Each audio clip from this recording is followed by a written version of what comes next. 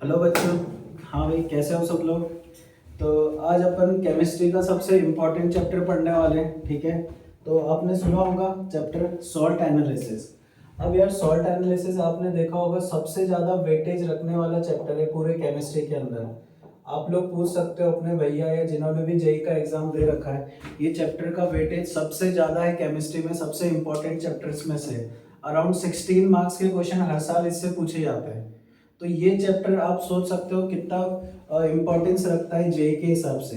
ये JEE mains हो चाहे एडवांस हो, दोनों के अंदर इसके क्वेश्चंस पूछे जाते हैं। तो ये चैप्टर तो बिल्कुल भी स्किप करके नहीं जा सकते। अगर जेई के अंदर अच्छी रैंक लानी है, जो बच्चों के रैंक अच्छी आती है, मार्क्स अच्छे आते हैं, उन बच्चों का ये वाला चैप्टर काफ़ी स्ट्रांग होता है। तो आप लोग को भी एकदम ध्यान से ये चैप्टर पढ़ना है। देखो वैसे तो इनऑर्गेनिक का चैप्टर है, काफ़ी सारी चीज़ें आएगी याद करने के लिए, पर मैं थोड़ा इंटरेस्टिंग तरीके से पढ़ाऊंगा इस चैप्टर को। भले ही बहुत सारी चीज़ें याद करने की है, पर अपन थोड़े दूसरे तरीके से इसको पढ़ेंगे ताकि हम लोग को चीज़ें याद रहे।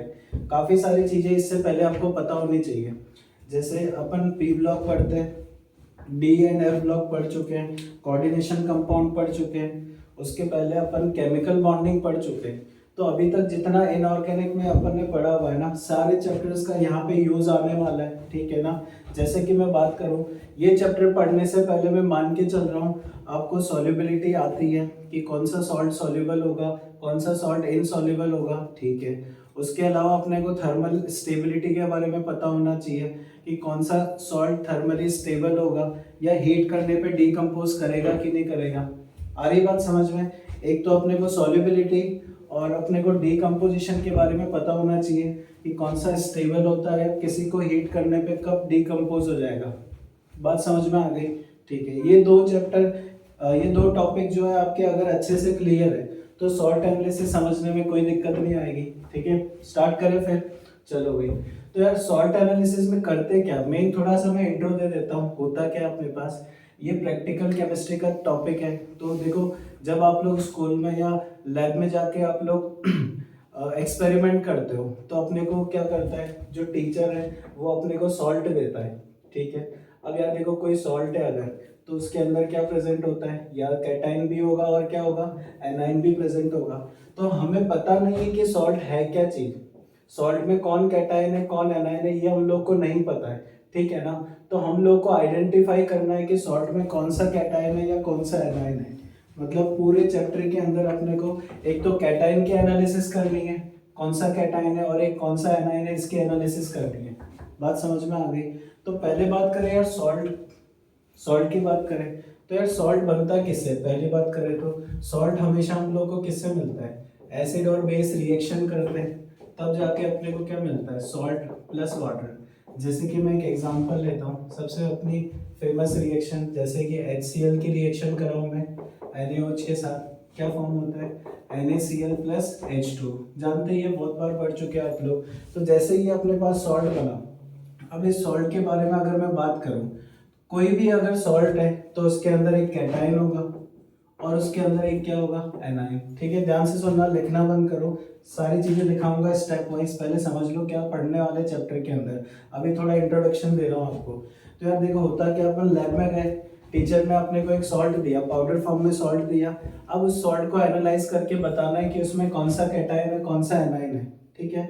हर एक सॉल्ट के अंदर कैटाइन भी होता है और एनाइन भी प्रेजेंट होता है, ठीक। बात समझ में आ गई।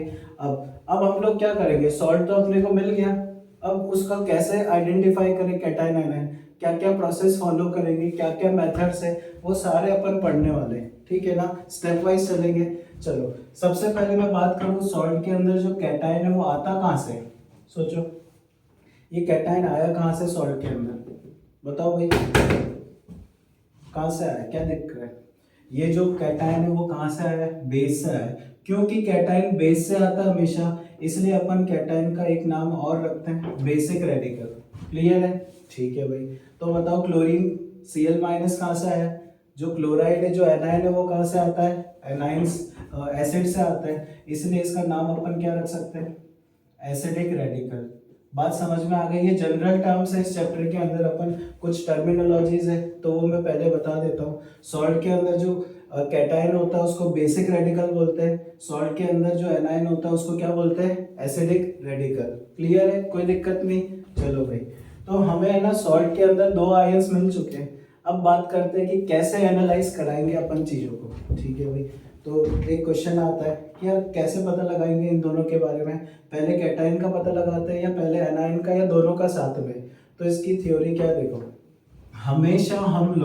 हमेशा अपन एनायन को प्रेफर करेंगे पहले। क्या बोल रहा हूँ मैं, एनायन को अपने को प्रेफरेंस देनी है, एनायन ही पहले अपन पहचानेंगे, एनालिसिस पहले एनायन का ही होता है। इस पे भी क्वेश्चन आ सकता है, हर स्टेप के ऊपर कहीं से भी क्वेश्चन बन सकता है जेई के अंदर। तो ध्यान से सुनना, जब भी सॉल्ट का एनालिसिस करते हैं तो उसमें से सबसे पहला आइडेंटिफिकेशन किसका होता है, एनायन का। कैटायन का नहीं कराते, क्यों नहीं कराते बताता हूँ रीजन। पहले ये बात दिमाग में बिठा लो, एनायन को ही अपन पहले एनालाइज कराएंगे, उसके बाद अपन किसका नंबर लेंगे, कैटायन का। अच्छा, अगर कैटायन को नंबर 1 पे अपन एनालाइज करें तो क्या दिक्कत आती है।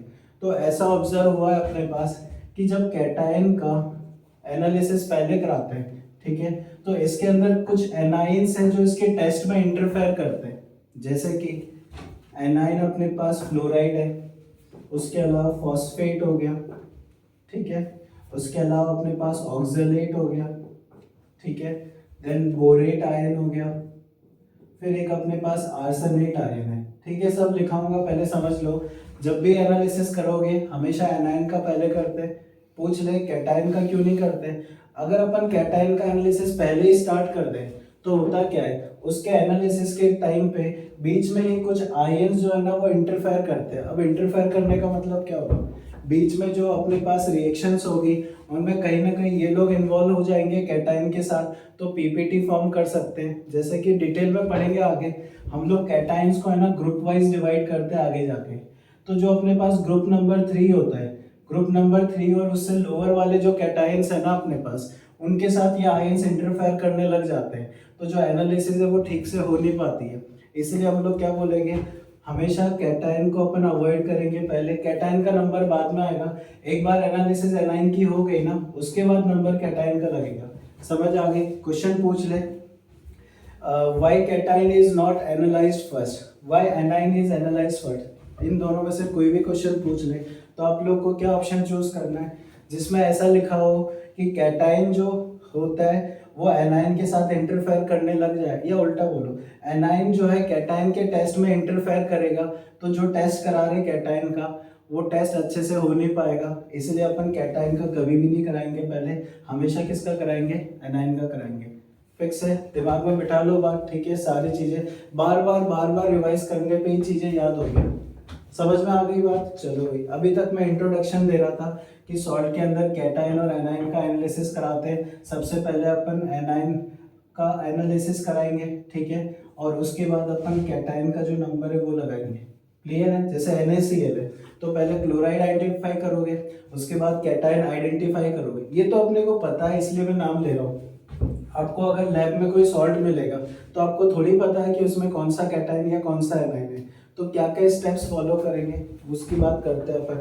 चलो, अब क्योंकि मैंने बोला एनाइन का नंबर पहले आएगा, तो एनाइंस तो यार बहुत सारे एनाइंस है केमिस्ट्री में, तो हमने क्या कर रखा है, एनाइंस का जो है एक ग्रुप बना रखा है। बेसिकली 2 क्लास में एनाइंस को डिवाइड कर रखा है, क्लास ए और क्लास बी। ठीक है, जैसा कैटाइंस का क्लासिफिकेशन है ना, उतना स्मूथ क्लासिफिकेशन एनाइन का नहीं है।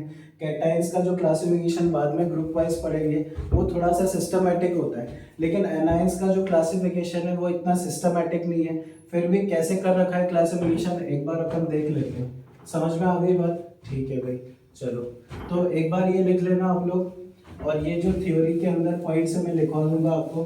ठीक है, तो ये बात हो गई इंट्रोडक्शन की। चलो अब आगे चलते हैं। मैंने अभी बोला है कि एनाइन का अपन आइडेंटिफिकेशन पहले कराएंगे, तो एनाइन को अपन किस बेसिस पे क्लासिफाई करते हैं वो समझ लो। तो एनाइंस को मैं डिवाइड कर रहा हूँ, ध्यान से सुनना, अभी लिखना बंद करो, बस देखते जाओ। ठीक है, और एनाइंस को हम लोग क्लासिफाई कर रहे हैं 2 क्लास के अंदर, क्लास ए और दूसरा मैंने यहाँ पे क्लास लिया है क्लास बी। ठीक है, कोई दिक्कत नहीं, ध्यान से सुनना है ना। अब क्लास ए जो अपन ने लिखा हुआ है उसके अंदर किस एनाइंस को रखा है, या क्लास बी में किस एनाइंस को रखा हुआ है, उसको कैसे अपन डिवाइड करा वो समझना ध्यान से। सबसे पहले हम लोगों ने क्लास ए में उन एनाइंस को रखा है जो वॉलेटाइल प्रोडक्ट्स बनाते हैं। सब पढ़ाऊंगा अभी, एक बार ध्यान से सुनो। ऐसे एनाइंस जो वॉलेटाइल प्रोडक्ट बनाते हैं किसके साथ, एसिड के साथ, तो उनको रखा हुआ है क्लास ए में।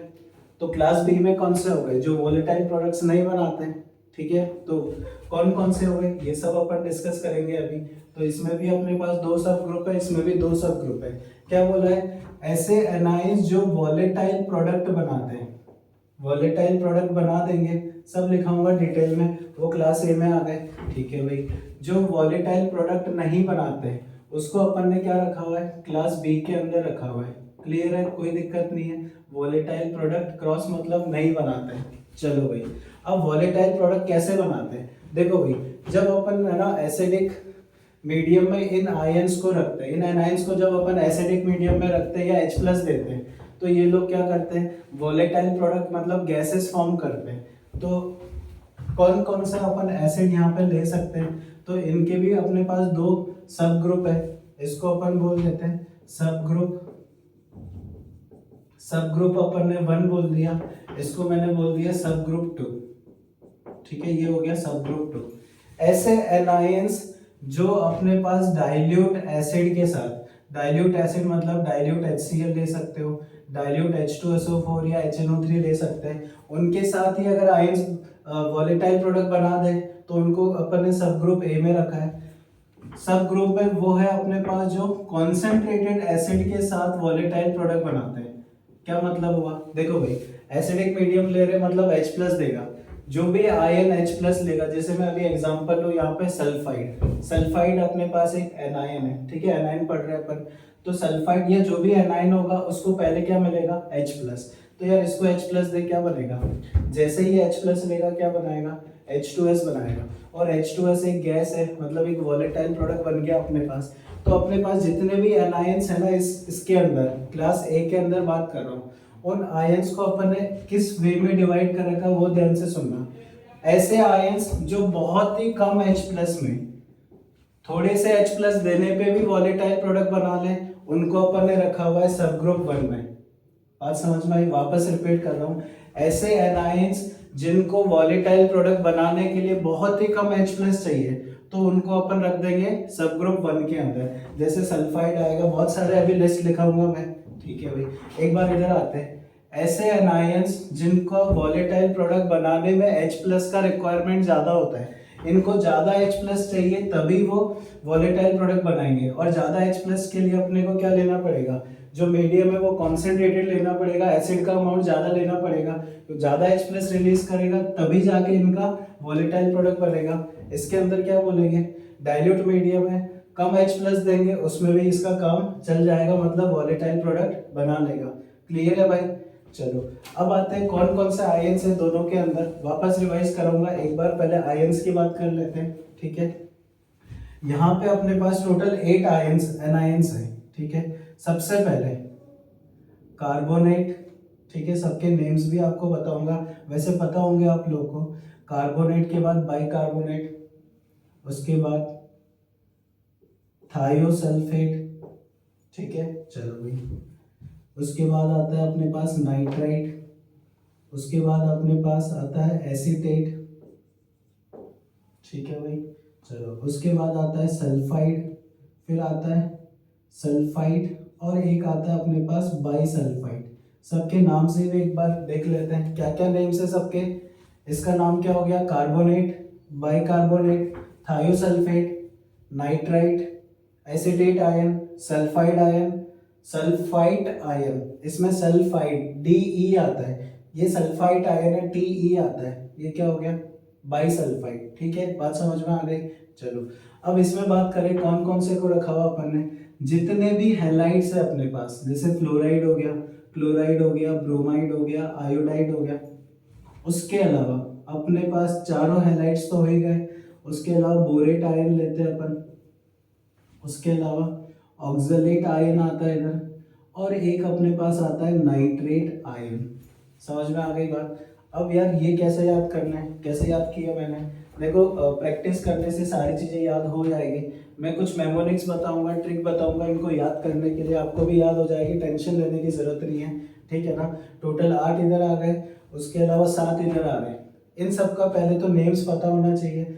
नेम्स चाहो तो आप लोग लिख लेना, बता दूंगा मैं, यहाँ पे नहीं लिख रहा है अभी, जगह कम पड़ेगी, ठीक है। जिसको भी डाउट हो नेम में पूछ लेगा मेरे से। इधर बात करें, ये तो आपको पता ही है, फ्लोराइड, क्लोराइड, ब्रोमाइड, आयोडाइड। इसका नाम है बोरेट, बोरेट आयन हो गया। इसका नाम है ऑक्सलेट आयन, और इसका नाम क्या हो गया, नाइट्रेट आयन। ध्यान रहे यहाँ पे नाइट्राइट था, ठीक है। सब ग्रुप 1 में नाइट्राइट आता है, और सब ग्रुप 2 में क्या आता है, नाइट्रेट आता है। इसमें कई बार कंफ्यूजन होता है, तो वो भी क्लियर करूंगा अभी। पहले बात करें कि यार ये याद कैसे करना है, क्या ट्रिक होगी अपने पास। तो इसके लिए देखो यार हमने है ना घूमने का प्लान बनाया, ठीक है। अपन ने क्या बहुत पढ़ाई कर ली, एग्जाम के बाद जब अपना फ्री हो जाएगा टाइम, फ्री टाइम के अंदर हम लोग कर जाएंगे घूमने, ठीक है ना। तो प्लान बनाया घूमने के लिए, सब रेडी है। तो जैसे ही कार अपन ने स्टार्ट करी, कार स्टार्ट ही नहीं हुई पहली बात तो, और स्टार्ट हुई तो उसके अंदर एसी खराब थी। तो उसके लिए अपने पास एक ट्रिक उसी से रिलेटेड है, क्या बोलूँगा, कार बेकार। ध्यान से सुनना, बाद में पूरा समझाऊंगा ट्रिक कैसे अप्लाई हो रही है। कार मतलब कार्बोनेट से, बेकार, बेकार मतलब बाई कार्बोनेट से आ गया, कार बेकार थी हो गया, था से क्या आ गया, थायोसल्फेट हो गया, ठीक है। बात समझ में आ रही है। कार बेकार थी, नहीं, नहीं, न से नाइट्राइट हो गया, ठीक है। नहीं चली एसी, नहीं चली, ठीक है। चली साइड में सेंटेंस कंप्लीट करने के लिए, एसी मतलब हो गया एसीटेट से। कार बेकार थी, नहीं चली एसी, अपना प्लान था घूमने का। फिर अपन ने गए, गाड़ी स्टार्ट करी, गाड़ी स्टार्ट नहीं हुई पहले तो, फिर स्टार्ट हुई तो इतनी गर्मी थी, गर्मी का मौसम था, हमने सोचा एसी चलाते हैं, एसी भी नहीं चल रही। अब आप सोचो इतनी गर्मी में बिना एसी के कैसे सरवाइव करोगे, ठीक है। तो अपन ने क्या करा, फिर प्लान को ड्रॉप करा कि यार कार में नहीं चलेगी, इतनी बेकार कार है, फालतू में ट्रिप जो है ना अपनी खराब हो जाएगी। तो अपन ने प्लान बनाया कि यार कोई नहीं, रात हो ही चुकी है ऑलरेडी, अभी रेस्ट करते हैं अपन और सुबह चलेंगे अपन, ठीक है भाई। तो सब लोग सो गए फिर रात में। फिर प्लान बनाया कि सुबह निकलते हैं और सुबह बस में निकलेंगे, क्योंकि कार वाला ऑप्शन तो अभी खत्म हो गया। तो ठीक है, अगली ट्रिक कंटिन्यू करते हैं। सुबह सवेरे, सुबह सवेरे गए बस में। ध्यान से सुनना, कहाँ गए, घूमने गए, सुबह सवेरे निकले और बस में गए अपन, क्योंकि कार खराब थी तो बस में ही जाना पड़ा। अब सुबह, ठीक है, एस से क्या आ रहा है, सल्फाइड, और एस से ही क्या आता है, सल्फाइड। तो ध्यान रहे दोनों साथ में ही है, सल्फाइड और सल्फाइड दोनों साथ में आ गए, सुबह और सवेरे। अच्छा, इसका क्या नाम बताया था मैंने, bisulphide, bisulphide, B और एस आ रहा है नाम में, तो अपने पास नाम में बस आ गया। समझ आ रही है। अरे बार बार लिखोगे, रिवाइज करोगे इसको बैठे बैठे, ठीक है। मन में रिवाइज करना, क्या रिवाइज करना, कार बेकार थी, नहीं चली एसी, सुबह सवेरे गए बस में, कार बेकार थी, नहीं चली एसी, सुबह सवेरे गए बस में। ऐसे बार बार रिवाइज करोगे, सब याद हो जाएगा, कोई दिक्कत की बात नहीं है। समझ आ गई, चलो भाई। तो ये हो गया अपने पास सब ग्रुप 1 वाले। एक बार सब ग्रुप 2 में आ जाते हैं, ठीक है। क्या बोलते हैं, सबसे पहले अपने पास हेलोजन्स है। यार सबके सब हेलोजन्स ही तो है, तो इनका कॉमन नेम क्या लिख सकते हैं, हेलो। हेलोजन्स है तो मैं इस पे यहाँ पे लिख रहा हूँ हेलो, ठीक है। तो यहाँ पे अपने पास एक ट्रिक डेवलप कर रहे हैं अपन, सारे हेलोजन्स को मिला के क्या बोल दिया, हेलो। तो मैं क्लास में आके क्या बोलता हूँ तुमको, क्या कुछ बच्चे क्लास में आने के बाद भी बहुत देर तक आते नहीं है, क्लास में लेट हो जाता है हमेशा। आदत इतनी खराब है कि हमेशा टाइम पे आया ही नहीं जाता है बच्चों से। तो एक बच्चा मेरे को मिला, हर बार लेट आता था, उसको मैंने अब की बार धमका दिया, अगली बार अगर लेट आए तो क्लास में एंट्री नहीं मिलेगी, ठीक है। तो मैं उसको कैसे बता रहा हूँ, तो यहाँ पे उसी से एक ट्रिक आ रही है, हेलो बच्चों, क्या बोल रहा हूँ, हेलो बच्चों, लेट नहीं। अगली बार क्लास में अगर लेट आए तो फिर क्लास में एंट्री नहीं मिलेगी, ठीक है। क्या बोला, हेलो बच्चों, लेट नहीं, अगली बार से क्लास में लेट आओगे तो क्लास में अलाउ नहीं किया जाएगा। हेलो से हेलोजन्स हो गए सारे, बच्चों से ब से क्या हो गया, बोरेट हो गया, उसके अलावा लेट, इसका नाम क्या बताया था, ऑक्सलेट, तो ऑक्सलेट का लेट आ गया। और नहीं से अपने पास कौन आ गया, नाइट्रेट। ध्यान रहे, कंफ्यूजन होता है कई बार बच्चों को, यार इधर भी कुछ आ रहा है नाइट्रोजन का आयन, इधर भी नाइट्रोजन का कंपाउंड आ रहा है, कई बार कंफ्यूजन होता है, बेसिक चीज है कि इधर उधर हो जाता है। तो यार उसको ऐसे याद रखो, जब सब ग्रुप 1 है, कम वाला, 1 मतलब कम, 2 मतलब ज्यादा वाला हो गया, तो आप ध्यान रखना कम ऑक्सीजन वाला, कम वाला कम वाले में, ज्यादा ऑक्सीजन वाला ज्यादा वाले ग्रुप में। क्या बोला वापस, कम ऑक्सीजन वाला आयन कम वाले ग्रुप में, ज्यादा ऑक्सीजन वाला आयन ज्यादा वाले ग्रुप में, बड़े वाले ग्रुप में। तो ऐसे याद रख सकते हो, समझ में आ गई।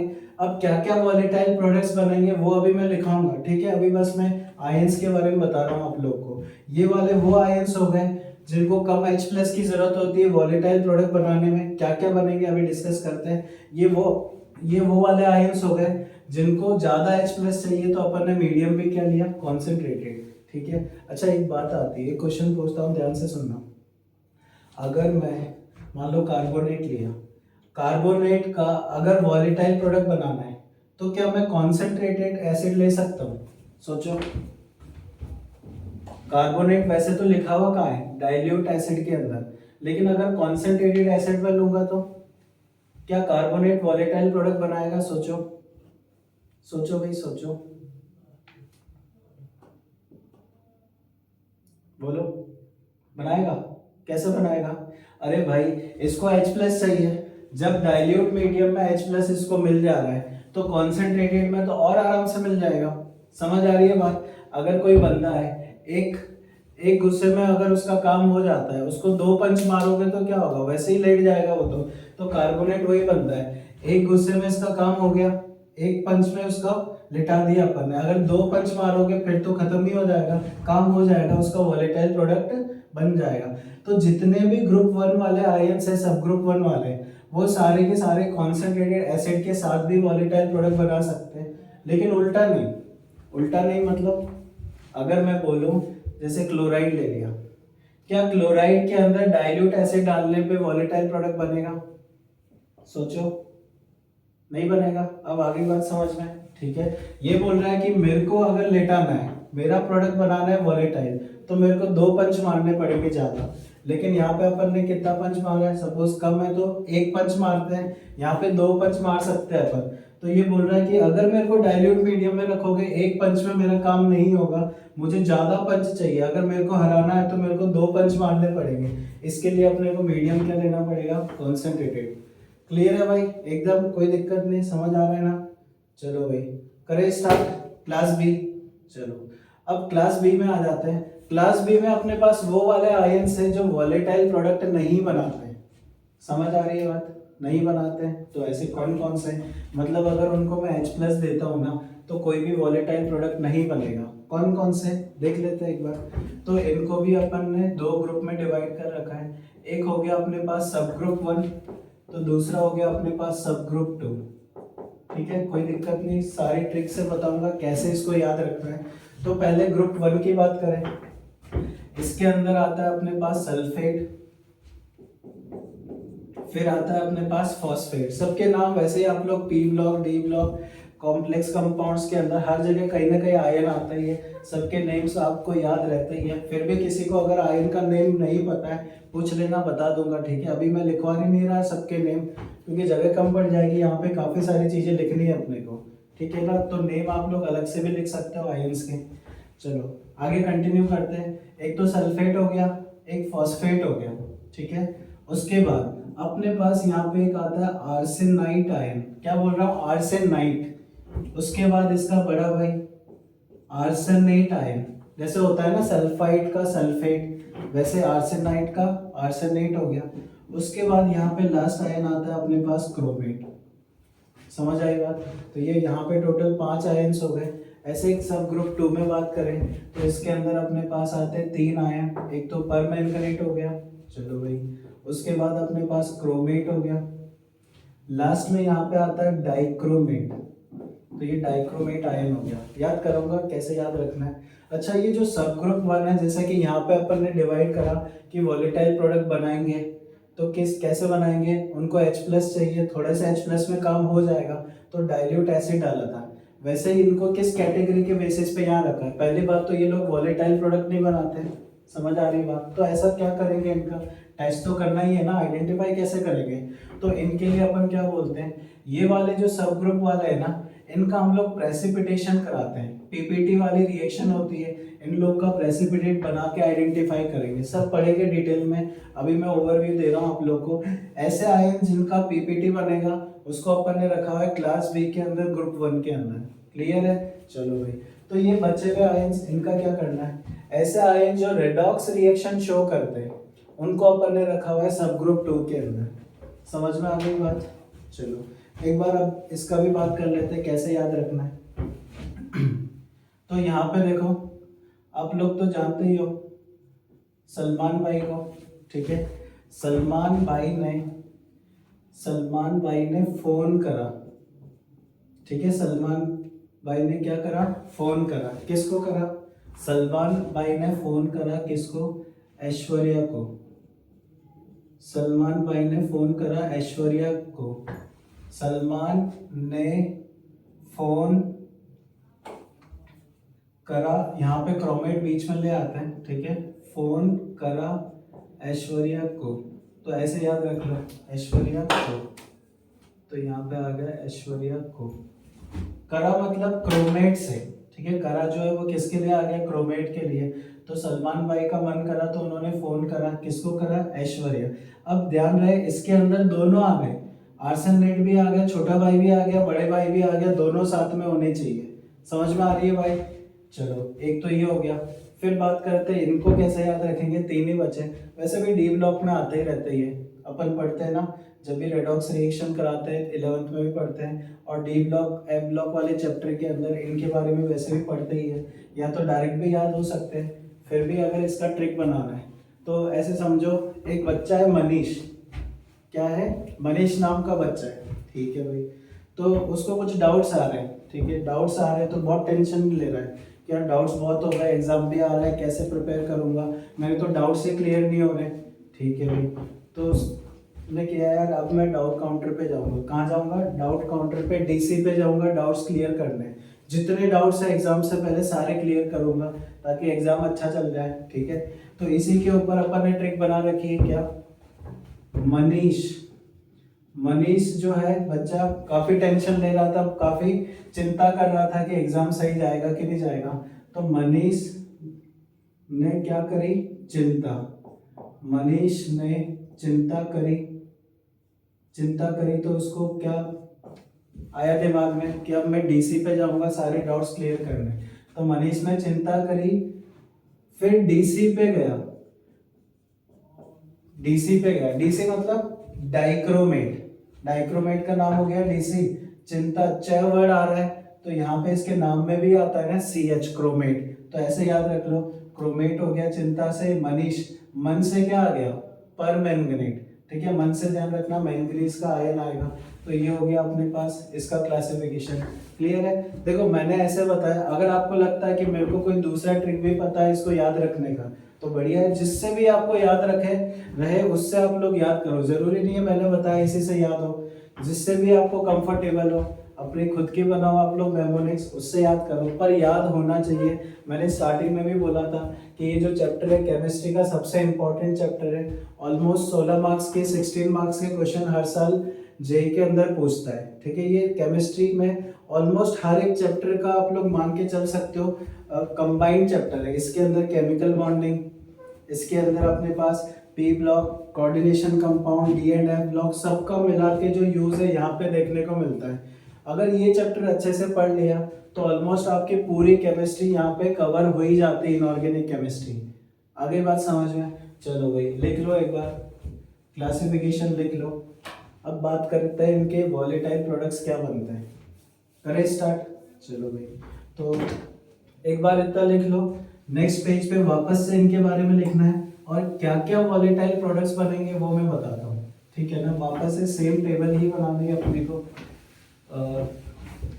इसी के अंदर मैं बात कर रहा हूँ सबसे पहले सब ग्रुप की। किसकी बात कर रहा हूँ? सब ग्रुप 1 क्लास ए के अंदर, क्लास ए की बात करते हैं, कौन कौन से वॉलेटाइल प्रोडक्ट बनते हैं। हमने लिखा है ना वॉलेटाइल प्रोडक्ट्स बनते हैं, क्या क्या बनेंगे उसकी बात कर लेते हैं। जैसे ही H प्लस मिला क्या बनेगा, सोचोगे।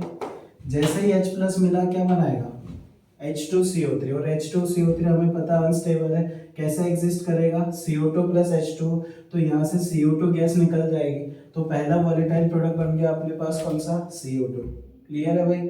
चलो फिर अपने बाइकार्बोनेट की बात करें, सेम ही हो गया ना, इसको भी H प्लस देंगे क्या बनाएगा, H2CO3, फिर से वो ब्रेक होगा, यहाँ पे भी क्या लिबरेट होगा अपने पास, CO2। क्लियर है एकदम। चलो भाई, हाँ भाई, अब आते हैं थायोसल्फेट पे। थायोसल्फेट को जब अपन H प्लस देते हैं तो ये अपने पास डिकम्पोज होके अपने को यहाँ पे मिलता है S प्लस SO2। ये इंपॉर्टेंट है, ध्यान रखना क्या क्या मिलता है, दो सल्फर है, एक तो सल्फर का प्रेसिपिटेट बनता है, साथ में SO2 गैस यहाँ पे देखने को मिलती है। क्लियर है। अच्छा ये जो सल्फर मिलता है ना, ये मिलता है अपने को पीपीटी फॉर्म में, सबके कलर और सबके अपीयरेंस ऑर्डर सब लिखाऊंगा मैं, एक बार देख लो कौन कौन से प्रोडक्ट बनते हैं। सल्फर की यहाँ पे टर्बिडिटी आती है, या फिर वाइट कलर का या येलो कलर का पीपीटी भी बोल सकते हो आप लोग, साथ में SO2 गैस निकलती है। ठीक है भाई। अच्छा नाइट्रेट में क्या रिलीज होता है, नाइट्रेट के अंदर अपने पास NO2 गैस लिबरेट होती है, ब्राउन कलर की गैस होती है, सबका कलर लिखाऊंगा थोड़ी देर में, एक बार देख लो गैसेस कौन कौन सी है। फिर यहाँ पे जैसे ही H प्लस मिलता है तो यहाँ पे बनता है एसिटिक एसिड, तो विनेगर जैसे स्मेल आती है तो ये गैस लिबरेट होगी एसिटिक एसिड वाली। उसके बाद जैसे सल्फाइड को H प्लस मिलेगा क्या बनेगा यहाँ पे, H2S, तो H2S की भी एक स्पेसिफिक स्मेल होती है, लिखेंगे अपन। फिर सल्फाइड की बात करें तो यार सल्फाइड और बाईसल्फाइड का जो आयन है ना, जो आयन है वो सेम ही बिहेवियर शो करता है जो पहले दो आयन से, ध्यान रहे इसका जैसा बिहेवियर है वैसा ही ये शो करेगा। मतलब यहाँ पे CO2 लिबरेट हुई तो सिमिलरली यहाँ पे भी ऐसे ही SO2 लिबरेट होगी। जैसे बाइकार्बोनेट में CO2 मिली है वैसे ही बाईसल्फाइड में भी यहाँ पे क्या मिलेगी, SO2 गैस लिबरेट होते हुए दिखेगी। समझ आ रही है बात। तो ये हो गए ग्रुप 1 वाले वोलेटाइल प्रोडक्ट्स। ग्रुप 2 की बात करें, यहाँ क्या क्या मिलेगा एक बार देख लेते हैं, सबके बारे में लिखेंगे। इसमें मिलता है अपने पास HF यहाँ पे फ्यूम्स मिलेगी, उसके अलावा इधर HCl मिलता है, इसके अंदर Br2 मिलता है अपने को, Br2 की फ्यूम्स मिलती है, यहाँ आयोडीन की वायलेट फ्यूम्स मिलती है। ठीक है। अब एक डाउट आता है कि यार ये दोनों तो HX वाले एसिड बना रहे हैं, पर ये दोनों तो अपने पास उस टाइप से HX नहीं बना रहे जबकि हैलोजन फॉर्म में लिबरेट हो रहे हैं। तो इसका रीज़न भी मैं बाद में बताऊंगा इलेक्ट्रोकेमिस्ट्री से, जो अपनी इलेक्ट्रोकेमिकल सीरीज है उसके हिसाब से अपन क्या बोलेंगे, ये सबसे बेस्ट ऑक्सीडाइजिंग एजेंट है, तो इसका अपन क्या बोलेंगे, इसका रिड्यूसिंग नेचर बहुत कम होता है, तो क्या बोल सकते हैं कि ये ऑक्सीडाइज नहीं होगा। यहाँ पे क्या देखने को मिल रहा है, देखो Br -1 से 0 जा रहा है, ऑक्सीडाइज हो रहा है, ऑक्सीडाइज हो रहा है, मतलब इसकी ऑक्सीडाइज होने की टेंडेंसी है। फिर भी आयोडीन की भी टेंडेंसी है ऑक्सीडाइज होने की, क्योंकि ये इस फॉर्म में ज़्यादा देखने को मिलते हैं। लेकिन फ्लोरीन और क्लोरीन माइनस में ज़्यादा स्टेबल होते हैं, इनकी ऑक्सीडाइज होने की टेंडेंसी कम होती है, तो ये कभी भी हैलोजन फॉर्म में लिबरेट नहीं होते हैं, HF और HCl की फॉर्म में लिबरेट होंगे। ठीक है, सब लिखाऊंगा अभी, एक बार सुन लो पहले। बोरेट की बात करें तो बोरेट में अपने को मिलता है H3BO3 के फ्यूम्स, है ना, सारी फ्यूम्स है, सारी वोलेटाइल प्रोडक्ट्स यहाँ पे मिल रहे हैं। इसमें भी वाइट कलर की फ्यूम्स बनती हैं। फिर ऑक्सलेट की बात करें, इसमें भी अपने पास दो दो गैसेस निकलती है, CO और CO2, दोनों की दोनों क्या है, गैसेस है, तो इसको अपन ने अपवर्ड एरो से दिखा दिया। नाइट्रेट की बात करें तो नाइट्रेट में वही गैस निकलेगी जो नाइट्रेट में निकली थी, कौन सी, NO2, तो यहाँ पे भी NO2 की ब्राउन फ्यूम्स देखने को मिलती है। ध्यान रहे दोनों में गैस तो सेम ही बन रही है, वोलेटाइल प्रोडक्ट तो सेम है, लेकिन जो आयन है वो डिफरेंट है। बताया था ना, छोटे वाले ग्रुप में कम वाला, बड़े वाले ग्रुप में ज़्यादा ऑक्सीजन वाला आयन होना चाहिए नाइट्रोजन का। समझ आ गई बात। तो ये सारे वोलेटाइल प्रोडक्ट्स बनेंगे। अब बात करते हैं कि इनकी ऐसी क्या खास प्रॉपर्टी है सारे वोलेटाइल प्रोडक्ट की, तो सबके बारे में आपको लिखा देता हूँ। जैसे सबसे पहले बात करें अपन CO2 की, तो CO2 आपने देखा होगा क्या होती है CO2 की खास बात, जब भी CO2 गैस निकलती है तो हमें क्या देखने को मिलता है, ब्रिस्क एफरवेसेंस। क्या मिलता है, ब्रिस्क एफरवेसेंस का मतलब, अरे कोल्ड ड्रिंक पिए ना, जब भी कोल्ड ड्रिंक का ढक्कन खोलते हो क्या होता है, गैस एकदम से बाहर निकलती है ना, एकदम से, तो वो CO2 गैस ही होती है, उसी को बोलते हैं ब्रिस्क एफरवेसेंस। जब भी कोई गैस हाई प्रेशर से एकदम से लो प्रेशर पे रिलीज होती है तो उस टर्म को क्या बोलते हैं अपन, ब्रिस्क एफरवेसेंस, एकदम झटके से गैस निकलती है। तो CO2 जब भी रिलीज होगी तो उसकी खास बात क्या है, एकदम से निकलती है, तो उस टर्म को बोलते हैं ब्रिस्क एफरवेसेंस। क्लियर है भाई? चलो फिर बात करते हैं अपन यहाँ पे सल्फर की, स्टेप वाइज चल लेते हैं। ये जो सल्फर है ना, इसके बारे में ध्यान रखना, ये येलो या फिर वाइट कलर का प्रेसिपिटेट बनाता है, या फिर ऐसा भी बोल सकते हैं अपन टर्बिडिटी देखने को मिलती है। अब ये टर्बिडिटी क्या होता है? टर्बिडिटी मतलब ऐसा समझो जो पूरा भी सॉल्युबल नहीं हो, ठीक है, क्या बोल रहा हूँ, स्पेरिंगली सॉल्युबल ऐसे समझो। जैसे अपने पास हो गया दही, ठीक है, एकदम पूरा सॉल्युबल भी नहीं होता है या कंप्लीटली इनसॉल्युबल भी नहीं होता है। ऐसा कंपाउंड जो बीच में होता है उसको अपन क्या बोलते हैं, उसकी टर्बिडिटी आ जाती है, ठीक है। स्पेरिंगली सॉल्युबल बोल सकते हो, थोड़ा बहुत डिजोल्व होगा, बाकी नहीं होता है, ठीक है। आपने एस ब्लॉक में पढ़ा होगा ना कि जब भी अपन CO2 गैस पास करते हैं, किससे, कैल्शियम हाइड्रोक्साइड से, तो वहाँ पे अपने को देखने मिलती है टर्बिडिटी, ठीक है। मिल्की सॉल्यूशन देखने को मिलता है या टर्बिडिटी देखने को मिलती है किसकी, कैल्शियम कार्बोनेट की। तो यहाँ पे भी सिमिलरली सल्फर की क्या देखने को मिलती है, टर्बिडिटी। ये सब बाद में लिखाऊंगा, है ना, ये सारी बातें जब अपन इंडिविजुअल आयन का टेस्ट पढ़ेंगे ना आगे डिटेल में, हर आयन का टेस्ट पढ़ने वाले तब लिखाऊंगा और क्या क्या टेस्ट कराता है आगे। अभी मैं गैसेस की जो प्रॉपर्टीज है उसकी बात कर रहा हूँ। फिर आ जाते हैं अपन SO2 की। हाँ भाई, SO2 ये भी काफी इंपॉर्टेंट है, पी ब्लॉक में ऑलरेडी पढ़ चुके हो। क्या प्रॉपर्टी होती है इसकी, एक स्पेसिफिक प्रॉपर्टी होती है, क्या बोलते हैं, इसकी प्रेजेंस में ना दम घुटता है। क्या बोल रहा हूँ मैं, सांस लेने में तकलीफ होती है, दम घुटता है एकदम। तो इसकी जो ऑर्डर है वो कैसी होती है, इसकी ऑर्डर होती है अपने पास सफोकेटिंग ऑर्डर, या फिर बोल सकते हैं पंजेंट स्मेल होती है। पर मेनली इसका जो प्रॉपर्टी क्वेश्चन के अंदर नेम यूज होता है वो क्या होता है, सफोकेटिंग ऑर्डर होता है SO2 का। क्लियर है भाई? चलो अब बात करते हैं NO2 की। तो NO2 का आप लोगों ने ये भी सुना होगा, क्या होता है, ब्राउन कलर की फ्यूम्स होती है।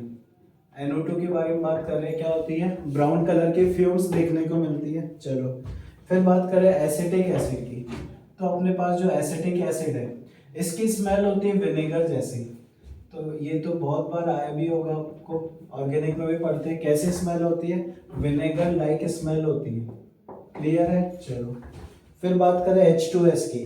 तो H2S की भी स्मेल बहुत गंदी सी होती है। कैसी? इसकी स्मेल होती है रॉटन एग जैसी स्मेल। मान लो आप लोग घर पे अंडे लेके आए और आप उसको ना खाना भूल गए और फिर 1 महीने बाद उसको निकाला आपने, क्या होगा, 1 महीने बाद निकाला उसको, क्या फ्रेश रहेगा क्या एकदम, बताओ, एकदम गंदी सी स्मेल आ रही होगी। तो उसकी जैसी स्मेल होती है किसकी, H2S की। क्या लिखेंगे, रॉटन एग स्मेल होती है इस वाली गैस की। क्लियर है? चलो फिर आगे आता है SO2 हो ही गया अपने पास। HF की बात अलग से करेंगे अपन, ठीक है, उसको मैं लिखाऊंगा थोड़ी देर में, इसका ईचिंग टेस्ट होता है अलग से। HCl की बात कर लेते हैं। तो यार HCl की भी अपने पास क्या होती है, पंजेंट स्मेल होती है। अब यार पंजेंट स्मेल तो बहुत सारी गैसेस और की भी हो सकती है, जैसे अपन ने यहाँ पे भी लिखा हुआ है कि SO2 की भी होती है पंजेंट स्मेल, या अमोनिया की भी हो सकती है, HCl की भी होती है। तो कंफर्म होने के लिए क्या करते हैं हम लोग, इस गैस को पास करते हैं किससे, अमोनियम हाइड्रोक्साइड के सॉल्यूशन से। जैसे ही पास करेंगे हमको देखने को मिलती है क्या, वाइट फ्यूम्स देखने को मिलेगी, और वो किसकी मिलती है, NH4Cl फॉर्म होता है। अरे कराओ ना रिएक्शन, HCl प्लस NH4OH क्या बनेगा, अमोनियम क्लोराइड, और इसकी वाइट कलर की फ्यूम्स बनती है। तो ये कंफर्मेशन टेस्ट हो गया एक तरीके से। चलो भाई आगे बात करें Br2 की। तो ब्रोमीन का भी कलर होता है ब्राउन कलर, ब्राउन कलर की फ्यूम्स होती है। अच्छा एक डाउट आता है, ब्राउन कलर तो हो सकता है ना NO2 का, हो सकता है कि गैस NO2 रिलीज हो रही हो सकता है ब्रोमीन। हम लोग को कैसे पता चलेगा कि कौन सी गैस है, ब्राउन कलर तो दोनों का ही होता है। तो इसके लिए अपन और कंफर्म करने के लिए ब्रोमीन की जो फ्यूम्स है ना उसको पास करते हैं वाटर से। ध्यान से सुनो क्या बोल रहा हूँ, ब्रोमीन की फ्यूम्स को पास करते हैं वाटर से। अगर ये वाटर को ब्राउन कलर इम्पार्ट कर देता है, क्या बोल रहा हूँ, ब्रोमीन अगर वाटर के सॉल्यूशन को ब्राउन कलर इम्पार्ट कर देगा, मतलब पानी का जो सॉल्यूशन है वो भी कैसा हो जाएगा, ब्राउन कलर का। तो अगर पानी ब्राउन कलर का हो जाता है मतलब वो पक्का है कि ब्रोमीन गैस है। और यही चीज़ अगर पानी में NO2 गैस पास करते हैं तो कोई भी ब्राउन कलर इम्पार्ट नहीं करेगा, मतलब वहाँ पे NO2 गैस प्रेजेंट है। अगर इम्पार्ट कर रहा है तो Br2, नहीं कर रहा है तो NO2। क्लियर है भाई? चलो फिर बात करें आयोडीन की। आयोडीन का होता है वॉयलेट कलर का फ्यूम्स। आयोडीन क्या फॉर्म करता है? वॉयलेट कलर की फ्यूम्स। पढ़ा है आप लोगों ने पी ब्लॉक में, इसका कलर सारा पढ़ चुके हो। वैसे तो वो सॉलिड स्टेट में होता है, पर यहाँ पे क्योंकि वॉलेटाइल प्रोडक्ट बनता है तो अपने को वॉलेटाइल फ्यूम्स देखने को मिलेगी। चलो भाई, CO2 लिख चुके हैं, CO की बात कर लेते हैं। एक CO ही बचा है, NO2 हो चुका है। अच्छा, CO को कैसे आइडेंटिफाई करते हैं? एक दो चीजें CO के लिए। CO जो है ना, जब भी बर्न होती है ब्लू फ्लेम के साथ बर्न होती है। क्या बोल रहा हूँ मैं? CO गैस जब भी बर्न करते हैं, बर्न्स विथ ब्लू कलर की फ्लेम, ब्लू फ्लेम के साथ बर्न होती है, तो ये किसकी प्रॉपर्टी हो गई? और भी टेस्ट है इसके। मेन कैरेक्टरिस्टिक क्या है?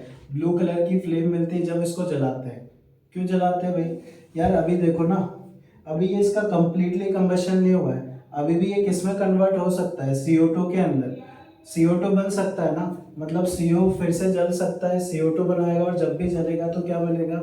ब्लू कलर की फ्लेम्स मिलेगी। समझ में आ गई बात? तो अभी तक अपन ने क्या करा था? क्लासिफिकेशन करा है। अब अपन पढ़ेंगे हर एक आयन का इंडिविजुअल डिटेल में टेस्ट। सबसे पहले कार्बोनेट से स्टार्ट करने वाले, उसके बाद सारे आयन्स के बारे में पढ़ेंगे। काफ़ी चैप्टर लंबा चलने वाला है अपना, ध्यान रहे। अभी तक इंट्रोडक्शन चल रहा था, ये सारी प्रॉपर्टी अपने को पता होना चाहिए। ठीक है भाई? चलो नोट कर लो, एक बार नोट करो फटाफट।